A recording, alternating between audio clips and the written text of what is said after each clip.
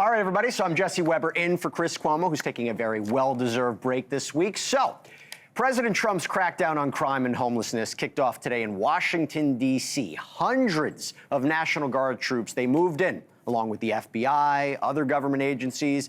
FBI Director Kash Patel says that his agency already made 10 arrests in the first push. And as we just talked about, there were 23 overall. But this is just getting started. So the question is, what do we make of this? Now, we have live team coverage with NewsNation's correspondents Joe Khalil in D.C. and Alex Caprariello in Chicago, where, by the way, this could be headed next. We're going to start right now in our nation's capital with Joe. What are you hearing? What are you seeing?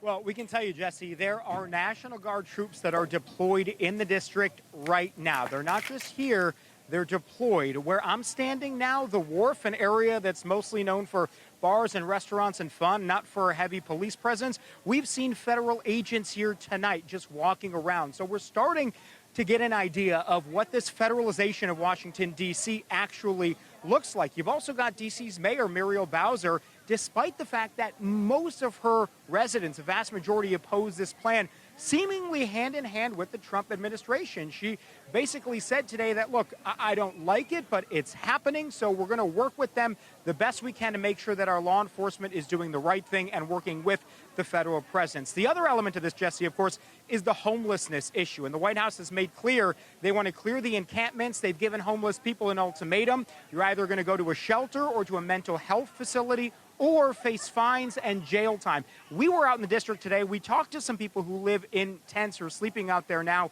As you can imagine, they were not happy with those options. That's going to be a mess, because that's going to be a mess. I'm telling you, these guys, they say we have nothing to lose. We're already on the street. So do whatever you want to do. If you really care about me, then help me. I'm just trying to live. I'm just trying to survive. I'm just trying to find a way. I've been just trying to find work. I mean, it's been hard out here being homeless. The shelters are not clean always. I mean, the shelters, I'm saying, it's like you surviving for yourself. I'm saying, I'm surviving myself right here. Yeah.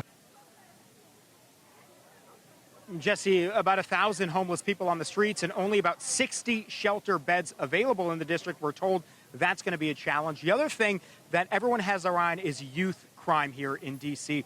More than 200 minors have already been arrested for violent crimes this year, and more than half, about 53% of all the carjackings in D.C., Jesse, committed by minors. Again, that is alarming and something that everybody wants to reverse that trend. No, absolutely. And Joe Khalil, thank you. And I want to focus on that for a second, that surge of young people committing violent crimes. That is not unique to D.C. In fact, it's one reason that President Trump has been clear that this crackdown won't stop in D.C. Here's what he said during the announcement. You look at Chicago, how bad it is. You look at Los Angeles, how bad it is. We have other cities that are very bad. New York has a problem. And then you have, of course, Baltimore and Oakland. We don't even mention that anymore. They're so far gone. We're not going to let it happen. We're not going to lose our cities over this. So is Chicago next? So much talk about Chicago. Well, I'll tell you what, that's where NewsNation's Alex Caprariello is standing by. Alex, what are you hearing? Is Chicago in the next round? Hey, I mean, it's entirely possible. We are all sort of bracing for that possibility. We've seen what's happening right now in D.C. I personally saw what happened not that long ago in Los Angeles, and so I think a lot of Democratic mayors are on notice. But as we know, Chicago's Mayor Brandon Johnson is one that almost always puts up a fight when discussing our commander-in-chief. He did that earlier this morning at a media briefing with all of us there. He said he wonders if these are just threats and thoughts or if they do become actions. And he said that if they do become actions, well, it's one step closer to totalitarianism. Let's take a listen to Mayor Brandon Johnson. Our Constitution was built and designed to provide checks and balance. There are certainly no checks to this president right now, except for the cities that are fighting to uphold our humanity and our democracy. And there's certainly no balance to him. Look, we're not just talking about only Chicago. We heard President Trump also mention several other cities just yesterday. We're talking about New York, Baltimore, Oakland, California, just to name a few. However, we did hear from the press secretary earlier today, who later clarified that really President Trump's focus right now is on D.C. She hopes, and the Trump administration hopes, that it's up to the cities and these municipalities that actually clean up their acts so that way they don't actually require the federal government to get involved. But NewsNation going a bit further, taking a look at the statistics for these cities, specifically when it comes to violent crime, looking only at the actual cities that were named yesterday: Baltimore, New York, Los Angeles, and Oakland. As you can see, that graphic is mostly green, showing improvements year to date when it comes to the most specific violent crimes. The only one that does not fit that bill, the number in red, that's rape in New York City. And again, teen violence is also a major focus here for the Trump administration. The reason why D.C. has been federalized, so to speak, was because of that one government employee not long ago that was actually assaulted by a group of teenagers. As Joe reported, they're seeing it a lot in the nation's capital, but frankly, we're seeing it all across the country. Chicago is not excluded there. The mayor, Brandon Johnson, considering enacting a curfew over the past few weeks. And then the district attorney of Los Angeles County also using harsh words, promising punishment for any teenager that's actually involved in those street takeovers, or even somebody that's even witnessing the street takeover taking place. Jesse? Yeah, it does become a little bit more legally tricky how this would expand to other states as opposed to his authority he has in D.C. Alex Caprariello, thanks so much. Okay, so let's talk about this. President Trump, he's putting a number of big cities on notice. This is a common thread, maybe. And you know what that is? They all have Democratic mayors. So we want to take a closer look at the politics and the police with D.C. resident and the former chair of the Republican National Committee, Ronna McDaniel, and former Charlottesville, Virginia Police Chief RaShall Brackney. Thank you both so much for coming on. RaShall, I'll start with you. They talked about the arrests that have happened since last night, but you believe that this surge of federal authority, federal law enforcement, is not actually going to decrease crime, right? You know what? That's absolutely correct. And what we might need to think about is, are we using the right tools to address the right problem? And if we're using military presence who are walking through the streets, not trained to do police work, not trained to do any of the non-escalation, de-escalation, and we're looking at crimes of poverty or crimes of age, like truancy and loitering and homelessness, are we really using the right resources to attack it? And then what I also, and no pun intended with the word attack, but I also want to say is, what is the impetus behind this particular action and the ones in LA when these places are not even in the top 20 worst crime cities in the nation? So you have to think, what is the underlying reason? RaShall, let me ask you, the optics-wise, and for people who live in D.C., and we're going to talk to Ronna in a second, they believe that there's a problem. And let me put this up here, too. So he's not wrong, the president, about how Democratic-run cities have higher violent crime and murder rates. If you look at St. Louis, if you look at New Orleans, Detroit, the mayor there was actually changed from a Democrat to independent, Washington, Atlanta, Oakland. I mean, there's something that appears to not be working. So why not make a change and see if this could be effective? So what has the background told us on any time we've released the military in there? And here's what's so interesting, is that Democrat-run cities, and they're all in Republican states, Orlando and Miami have some of the highest crime rates in the nation. You're right, the majority of the place, and I think we get lost in trying to make this a binary issue. Democratic cities, Republican states. If we really look at what are the impetus of crime, and are we doing the things just because of who are being targeted? And I just want us to think about this for 1 second.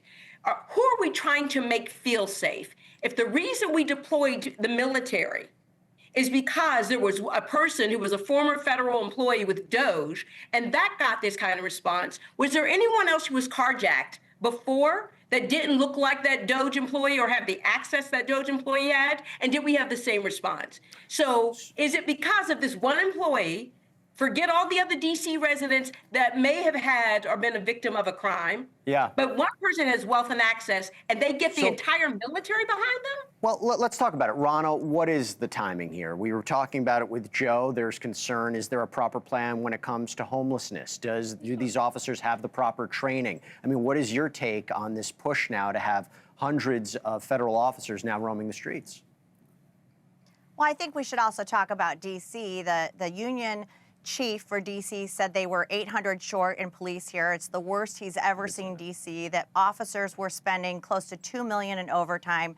And this is a problem here. And I will tell you, as somebody who's lived here for a long time or had an apartment here, I have a daughter who lives here, it does not feel safe. This should not be a Republican or Democrat issue. We should all feel safe to walk the streets of our neighborhoods. We should feel safe when we're walking to and from our home or going to the grocery store or going to work. And it's not just that young staffer for the administration. A young congressional intern was shot and killed a few weeks ago. That is unacceptable. So if the Democrats are going to continue to double down and say, why are we wanting safety in our country, they're going to lose. Because this is something every American thinks we should have, is safety in our cities and our streets. And I'm glad President Trump is doing this in D.C. Carjackings are an issue. You don't feel safe here. It's just known throughout the district that it has been unsafe. And they do not have enough police officers. And that's coming from the union police representative who heads the whole union in D.C., who said it's been the worst he's ever seen it.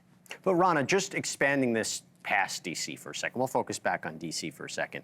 But I mentioned this with Elizabeth. We'll put this up too. So 6 of the top 10 states in violent crime are run by GOP governors. So you have Alaska, you have Arkansas, Louisiana, Tennessee, South Carolina, Missouri, which, by the way, is number 9. Should this be expanded? Is this not just on party lines? Is it not just about the president going after democratically run cities with mayors?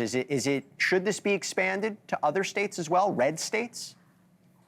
Well, I think those governors should take a look at that. I mean, we don't want any city to be unsafe. And I do think this goes back to this defund the police movement, this demoralization of police, this attacking of men and women who are serving and protecting our communities. You've seen recruitments down. You're seeing people leave this field of profession. And this is making our cities less safe. So Republicans have said we are going to support our law enforcement. We're going to support our men and women in blue. But we want to see our cities safe, and I think those governors should look at it, and I think the president is taking the lead because he does represent the whole country, and he thinks our cities should be safe. Now, Rochelle, obviously I want you to respond to that, but I also have to ask you, you made the comment, and correct me if I'm wrong, that you think this specific targeting, this specific mentioning of certain states, this may be based on race? I mean, you have to absolutely think about this. Ronna's comment is interesting. The governors in the red states are going to be given the opportunity to look at it. That didn't happen in California and in D.C. They were forced upon them. Now, what is interesting is they get the opportunity to evaluate it, but we're going to approach something in which they have no expertise in, no one who has this kind of expertise. And look at who's in charge. In D.C., you have a black female mayor, you have a black female police chief, you have a black female district attorney, and then that has to be a problem. And if we were so pro-law enforcement, why did we pardon, including those people who were assaulting police officers on January 6th? Assaulting police officers, and then hire some of them who are in the middle of their investigations and trials into the Department of Justice as a valued employee. When we've said, he was screaming, kill the police. So don't become law and order when it's convenient because we think we need votes. And if you also want to talk about people being down in terms of the number of officers, then why did we get rid of some of the grants that we're now trying to reinstate at the last minute? We did this sweeping thing where we pulled the grants from police officers, and then we decided that we were going to do something different. It's not whether we want crime or not safer communities. We want safe communities, but we want them to be policed well, we want them to be policed justly, and we want them to be policed fairly. And as someone who spent 40 years, Ronna, in policing our communities, I think I probably know a little bit more about that than an arbitrary person putting the military in those communities. Ronna, your response to that, because it is interesting when we talk about what is the discouragement in the police force, if there really are low levels, why is that happening? But your response to Rochelle. Well, first, D.C. does have the funding. It's not a funding issue. There were no grants taken away from D.C. That money was there for them to hire these officers. They're just 800 short. That's just a fact. And Mayor Bowser in D.C. is not fighting back on this. You're not hearing the police in D.C. saying, please don't do this. In fact, the local community has said, we're going to work with the president. they want their communities safe too. And I think every mayor should be doing that. I think the mayor of Chicago, the mayor of any city with high crime should be saying, how do we fix this? Let's work together. If our president's willing to help us, let's do this because we want our communities to be safe. And that should be something across party lines that's bipartisan. But nobody should say it's acceptable to walk from your home and worry about being raped, murdered, or carjacked. We shouldn't have that as our norm in any city, and unfortunately, too many cities have that. Thank you to President Trump for saying, in D.C., enough is enough, and I'm going to take this on in the rest of the country, and I'll work with Republican governors and Democrat governors and Democrat mayors if they're willing to work with me. Yeah, real quick, RaShall, I want to give you the, RaShall, I want to give you the final word on this, but also address real quickly. The mayor is deferential to the president on this. Is this because she's acknowledging he has more legal authority to do this, or is it because she acknowledges there could be an issue and maybe wants to see how it's going to work? When you have no power and someone said, I'm going to do this to you, I'm going to take over your agency, I'm going to take over your city, and she acknowledges that federally he's been given the laws to do it. She didn't say she's interested. She said, I'm willing to work with him because that's what I've been forced to do. No, that's what she said. All right. Chief RaShall Brackney, Ronna McDaniel, we can continue this conversation. I'm going to be here all week. We can talk about it again. Thank you both so much. It was good to see both of you. I'll be here all week, too. All right, good. I love it. Thanks for having me. You got it. All right, up next. So President Trump, just days away from his meeting with Vladimir Putin to talk peace in Ukraine. You know who's not going to be there? Ukraine's president. You know who Volodymyr Zelenskyy is going to be speaking to? NewsNation's Robert Sherman. He joins us live from Kyiv, and a story, by the way, that is not getting nearly enough coverage. Thousands of kids who were kidnapped in Ukraine and trafficked into Russia. Did you know that's happening? We're going to bring you that heartbreaking story next. And by the way, you guys may know me from my true crime podcast, Sidebar. Later on, I'm going to be taking your questions on the true crime stories that you're obsessed with. Call in at 844-968-7720. Call me. I'll speak to you then.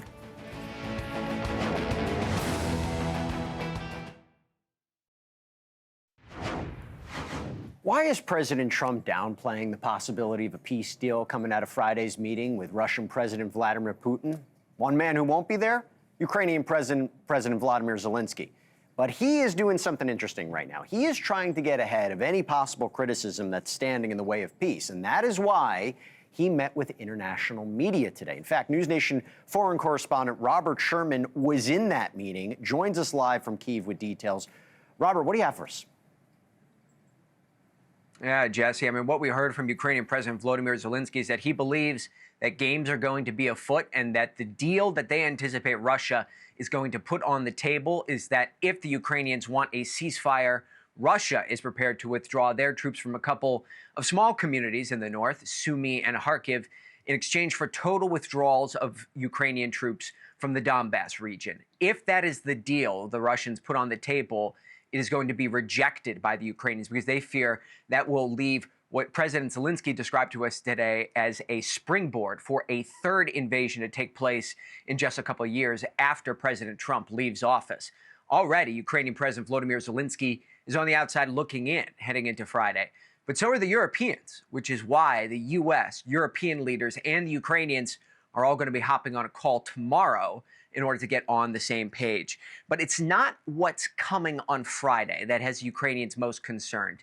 It is what is coming after that. They are preparing for Russia to really up the ante and carry on with a large-scale offensive in the coming days after Friday. We're seeing them redeploying troops from the north to places such as Zaporizhia, where they have found some successes in recent weeks and are hoping to exploit that, as well as the Donetsk region.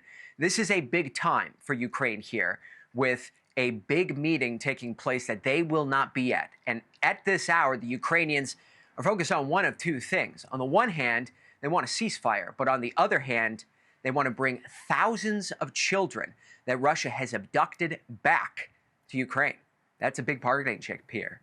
Jesse? And that is what we want to talk about. NewsNation's Robert Sherman in Kyiv, thank you so much. That is something that is not getting nearly enough attention. Did you even know about it? Getting Ukrainian children back from Russia is a priority for Zelenskyy, and it could be possibly a massive war crime.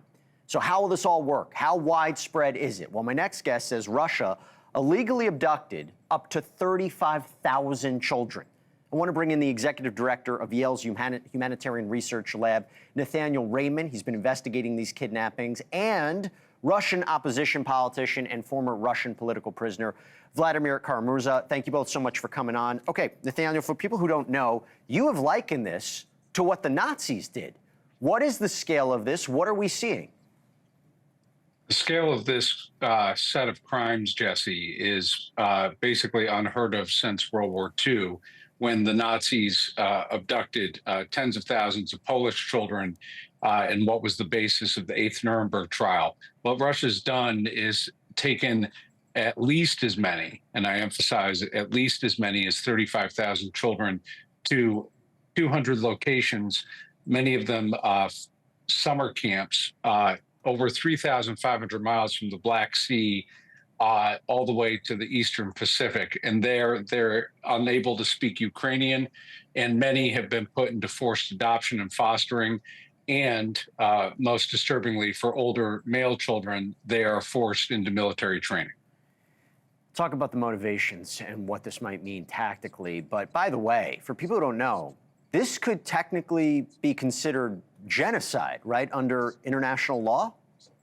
It is an element of what is known as the Genocide Convention, which is the forced transfer of civilians, in this case, kids, from one national or ethnic group to another. They're having their passports changed. In some cases, their names and their birth certificates themselves are being changed by Russian judges. And we are, again, not hearing enough about this. So, Vladimir, for people who don't know, why would Putin do this? Why would Russia do this? What is the tactical advantage? What is the long-term strategy in allegedly abducting 35,000 children? Well, Jesse, first of all, thank you so much for covering the story, because you're absolutely right. We're not hearing enough about this. When people discuss potential ceasefire agreements or deals or peace summits over ending the brutal, unprovoked, and criminal war of aggression that Vladimir Putin's regime is leading against Ukraine, we hear about all sorts of things. We hear about land swaps that Donald Trump just hinted at in the run-up to his Alaska meeting with Putin. We hear about sanctions. We hear about frozen assets. We hear about the extraction of rare earth minerals and God knows what else. There's not enough talk about people. And there are thousands of people's lives that are at stake in any of these negotiations. It is the children whom you're talking about. Only the confirmed official number stands at about 19,500. The actual figures, I will concur with what Nathaniel is saying. The actual figures are much, much higher than this. And by the way, let's not forget that this is going all the way to the top of Putin's dictatorship. One of his closest political acolytes, a man by the name of Sergei Mironov, his longtime colleague back from his days in St. Petersburg, who is now one of the leaders of Russia's rubber-stamped so-called parliament. We don't have real parliament. We haven't had free elections for decades. But one of the leaders of so-called parliament, Sergei Mironov, has recently adopted, his family has adopted essentially a stolen child from Ukraine. This is going all the way to the top of the Kremlin dictatorship. And it's not just that it can be considered as a war crime. It is actually an internationally recognized war crime under the Geneva Convention, the 4th Geneva Convention. And it is precisely because of this that in March of 2023, the International Criminal Court has issued an arrest warrant for Vladimir Putin personally because of the war crime of the forced abduction of Ukrainian civilian population, in this case children. And this is, by the way, the exact reason why the Trump-Putin meeting is happening in Alaska, of all places, because Putin is paranoid. He's afraid of flying over the airspace of any country that is subject to the jurisdiction of the International Criminal Court, that is a party to the Rome Statute. He's paranoid about his plane being down and he being arrested. To honor the arrest warrant, this is why he's only flying a few dozen miles over the Bering Straits between the Russian Far East and Alaska to make sure he's safe. Just to be clear, do you think that this is a legitimate negotiating point? Do you think this will come up in conversation? Do you think that he will give back these children as a form of some sort of ceasefire? Look, I think this not only does this have to be part of any negotiation, this has to be number one in any negotiations. There's an amazing humanitarian campaign that has been launched several months ago by a group of human rights NGOs across the world, but especially from Ukraine and Russia, led together by the Ukrainian Center for Civil Liberties and the Russian Memorial Society. Those are the two co-laureates of the 2022 Nobel Peace Prize. And the campaign has a very simple, very powerful title: people first. And what the campaign calls for is that any negotiations, any ceasefire agreements that take part over the war in Ukraine prioritize the release of all the captives of this war, meaning the thousands of children abducted by the Russian authorities illegally from Ukraine, meaning the thousands of other Ukrainian civilian hostages, adults, because the abduction of civilians, regardless of their age, is a war crime under the Geneva Convention. And yet there are thousands of Ukrainian civilian casualty hostages held in Russian captivities. And meaning also, as part of this campaign, very important, the release of thousands of Russian political prisoners, Russian citizens who are in Putin's prisons, just like I was a few months ago, for publicly denouncing this war and for publicly speaking against this war. They are as much captives of this war as anybody else, and they have to be released too. And Vladimir, if we have time, I want to talk about a piece that you just wrote as well about this. But just going back to you, Nathaniel, to focus on this point, what is the goal? Real quick, what is the goal to take all these children? Is it to indoctrinate them, make them Russian? It decreases legitimately the society of Ukraine. I mean, what is the strategic goal of doing this, taking all these children? The strategic goal, in Putin's own words, began as what they call Russification. They wanted to make these Ukrainian children Russians. And as we discovered from getting inside the Russian National Adoption Database, they were hiding Ukrainian children for adoption as if they were Russians. But over time, the goal changed. Now they're leverages. They're hostages as part of leverage in the negotiation. And again, why is that not a talking point that is on every point of the conversation? Listen, wish we had a little bit more time. Unfortunately, ran out. But Vladimir, you wrote a great article. Hope everybody can check it out, where you talk about basically this looks like what Neville Chamberlain did with Hitler. Encourage everybody to go check it out. Nathaniel Raymond, Vladimir Kara-Murza, thank you both so much. Thank you, Jesse. All right, up next. Has President Trump signed off on a secret invasion of Mexico to fight the drug cartels? I can't believe I'm saying it, but would it make a difference?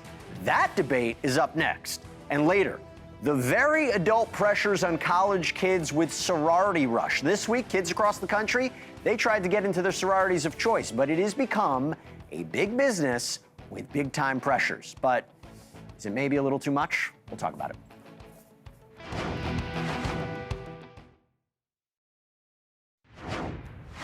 Is President Trump about to invade Mexico to take out the cartels? You might think I'm crazy for saying that. Well, I'll tell you what, last year, he campaigned on using the military to fight them. And new reports say the president authorized a secret order directing the Pentagon to start using military force against the drug cartels that they have labeled as foreign terrorist organizations. Now, Mexican President Claudia Sheinbaum said that U.S. strikes in Mexico would be an invasion. That should be off the table. Trump going to do it anyway? Is it a good idea? Well, let's ask former Deputy Administrator of the DEA, and by the way, the man who caught El Chapo, Jack Riley, and Senior Fellow at the Brookings Institution, Vonda Velbaugh-Brown. Thank you so much for coming on. Jack, I'll start with you. Good idea. You might be thinking, is this dangerous for our troops, our military? Should we be getting involved in this way? What do you think? Well, I think you have to understand, first of all, the Mexicans, and I know this firsthand, they have the ability with their military apparatus, their intelligence and their technology to do this themselves. Now, they've chosen not to. And now they have a president that's calling their bluff. I think we could accomplish a whole lot by working directly with the Mexicans and with our military. And I think there's a chance to do that now. I think they realize it's for real and we're serious. But it's going to take some convincing, I think, at all levels of the Mexican government. And what troubles me is I'm very aware of the corruption within the whole apparatus in the Mexican government, and I fear that that's going to overtake some solid decision-making on the part of the Mexican president. But Vonda, even if they get the green light from the Mexican government, you don't think that this would actually be effective in stopping the cartels? Military action can accomplish very little. We could be talking about taking out drug labs, which is what periodically is happening. In fact, we have seen significant intensification of lab destruction since the Sheinbaum administration came to office, and even more after January. Problem is that the labs are very primitive. They are enormously easy to reconstitute. And to the extent that drone strikes were on the table, for example, we would likely see the cartels moving the labs into cities. Many times the drug labs already operate in the cities to increase the chance of civilian casualties and generate political backlash. Similarly, if we are talking about arresting top capos, indeed, this has been happening. This has been the entire strategy over the past 20 years. And in some periods, we see more resolute effort. During the López Obrador administration, we saw absolute abdication by the Mexican government toward the cartels, with the odd exceptions of some arrests, such as Ovidio Guzman. What is really needed is a holistic, comprehensive, sustained strategy that builds a partnership between the United States and Mexico. And that might very well include pressure tools. But unilateral military strikes by the United States to Mexico would be seen by Mexico as the most egregious violation of sovereignty, indeed as invasion, and would likely significantly undermine the relationship.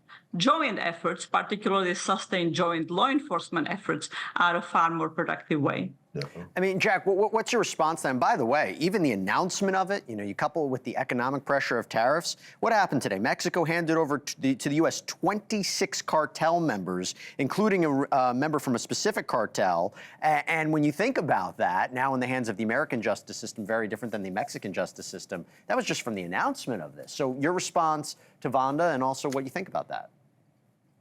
Well, I have to be straight up. It's amazing that when the pressure's on, all of a sudden these wanted felons show up in the United States. My point is this, and I totally agree, developing the relationship is important going forward, but where does that start? And how do we accomplish that? Because we've been trying that, and I know at DEA, we've been trying that for 20 years, and we constantly get let down.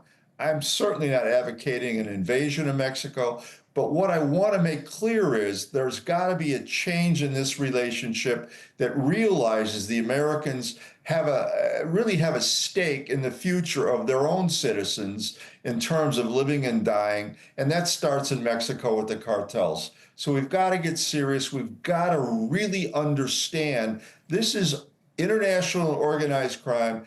It's been around for hundreds of years. And we've got to do something to stem its violence and its spread into the U.S. and, quite frankly, around the world. Well, Vanda, talk about the relationship. At the end of the day, doesn't Mexico have to play ball with the United States, play ball with President Trump? They are such an economic partner of ours. Well, Mexico is very dependent on the United States economically, and there is no doubt that the tariffs that President Trump announced are an important source of impetus for seeing a resurrection of cooperation with U.S. law enforcement. The tariffs are not the sole reason. The Sheinbaum administration, since it took office in October 2024, for its own reason, going after the cartels far more than her predecessor. But in my view, it's absolutely important to get tough. And the soft-glove approach of the Biden administration was very limited in what it was producing. The question is how one can the pressure. And again, unilateral military strikes into Mexico would be disastrous for the relationship.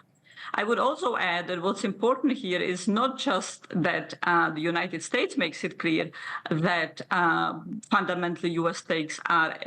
fundamental U.S. interests are at stakes, but that Mexico itself comes to understand that the cartels are eating Mexico alive. And that it is in its own interest fundamentally to be pushing against the cartel through a multifaceted approach that includes sustained, effective law enforcement action. Well, it is definitely igniting the conversation in a very different way about this. Jack Riley, Vanda Feldbaum-Brown, thank you both so much for coming on. Appreciate it. Thank you. All right, up next. Countless young women across the country are going to rush a sorority this fall. But the days of girls just picking a house and, hoping to get picked, those are gone. They're replaced by, get this, rush consultants. It is a big business, but is it all a little too much?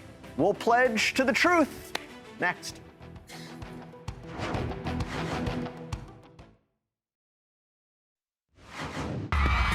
Rush is the process where sororities recruit new members.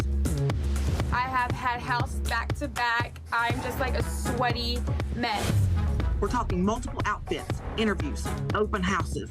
To prep for Rush is a whole process. I'm exhausted. Sorority Rush just kicked off this week. Thousands of college kids across the country are filled with a world of stress, hoping to get picked by their favorite sorority house. It's a big deal. They're being interviewed over multiple days by upperclassmen. It is stressful. It is intimidating. Again, it's exhausting, especially in southern schools like the University of Alabama. It has become such a big deal, thanks to social media, that there is now a new show which is pulling back the curtain on what it takes to get ready for Rush Week. Take a look. Rush is a phenomenon. It's an enigma. It's intoxicating.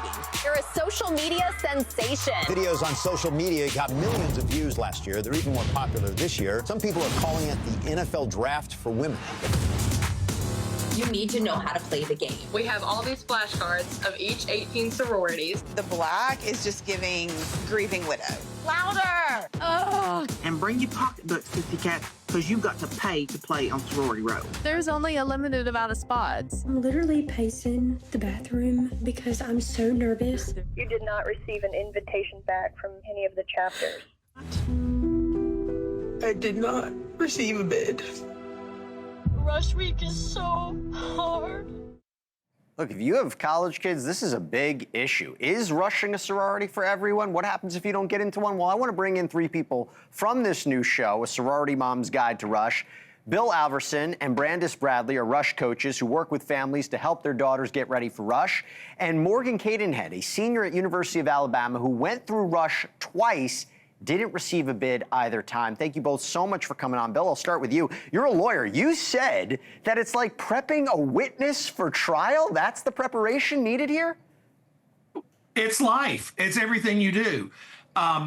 You know, you're a lawyer. You went to law school, and I don't remember this. I don't remember doing this, but yeah. No, well, you kind of do, because if you went into the courtroom, you had to know how to dress. You know how to address the court. You had to talk to the jury. You had to talk to the judge. And let's be honest, the person that did it the smoothest got the initial upper hand.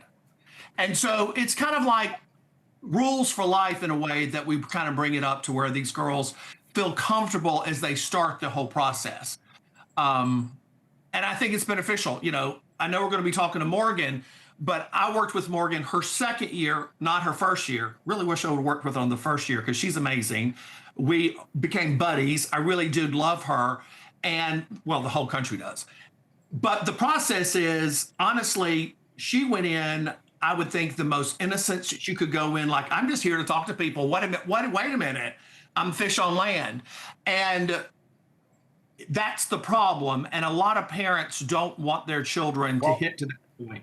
So Morgan, let me go to you, and then Brandis, I want to ask you why this is so impactful. But Morgan, it's one thing to get rejected once, you got rejected twice. Why do you think that is? I feel like initially, as Bill said, he was with me my second rush. I feel like I made a terrible first impression the first year.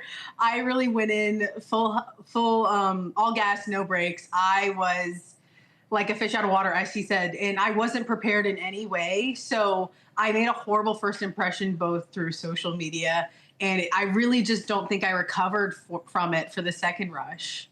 How bad is that rejection, Morgan? And by the way, you've come out and said that it's basically not the end of the world in the long run. It's not the end of the world in the long run. It takes a certain kind of person to be a sorority girl. And at the end of the day, I'm not 100% sure I am that kind of person. But it took a lot to come back a second time, because I wanted it more the second time than I did the first. And the rejection the second time was definitely a lot worse than I ever thought it would be. And it took me a while to kind of get back on my feet. But I found my feet, and I'm really happy with where I'm at now. So, Brandis, what is the value? What are the goals? What do you get in the end versus, is it worth the psychological turmoil that these girls go through? Well, Jesse, it absolutely is psychological warfare. I call it emotional and psychological warfare. In the end, I think it is worth it, because what do we all want? What's everybody walking the earth really after? I think it's belonging and community. And that is the primary benefit of being involved in Greek life, especially for these young kids. the rejection is terrible, but it is part of it. And when I'm trying to prepare girls to go through Rush, and Morgan, you know, I gave you this speech as well, you have to prepare your heart and mind for the rejection because it is coming. I think at the University of Alabama, there's about 17 sorority houses, something like that. At the end of Rush Week, you're going to get one bid from one house. So you're going to be cut from 16 houses. Rejection is an inevitable part of it. And at the end of the day, we are talking about 17, 18-year-old girls whose frontal lobes aren't even fully developed, and they are having to learn to navigate these really hard emotions that many grown adults still haven't figured out how to process in a healthy way. By the way, Bill, let's be clear about something. How much do recruits' social media pages factor into the decision? And I also have to ask, does wealth factor into it? Well, sure, wealth factors into it because you can write the check. But wealth doesn't get you. The problem is some people that are wealthy, their parents have always had connections and their kids always got invited to the parties, always got to go to the club. And all of a sudden, they're with a group of girls and mommy and daddy can't open the door. So they have to learn to present themselves. One thing I can say about Morgan, and I will say this 100%, she put out a wonderful video, and we talked about it after she got rejected, and it showed such a transformation of the process. Morgan has killed it. She kills social media. She has made her own existence. She didn't need the sorority, which is the main thing. And I think what I've seen with Morgan is her realization that I went through this process, but you know, I didn't need it. I thought I did. And that's a big learning lesson right there. Bill, Brandis, Morgan, thank you all so much for coming on. Good luck on the show. Thank you so much. You got it. So, A Sorority Mom's Guide to Rush now airing on Lifetime. Everybody can go check it out. We'll be right back.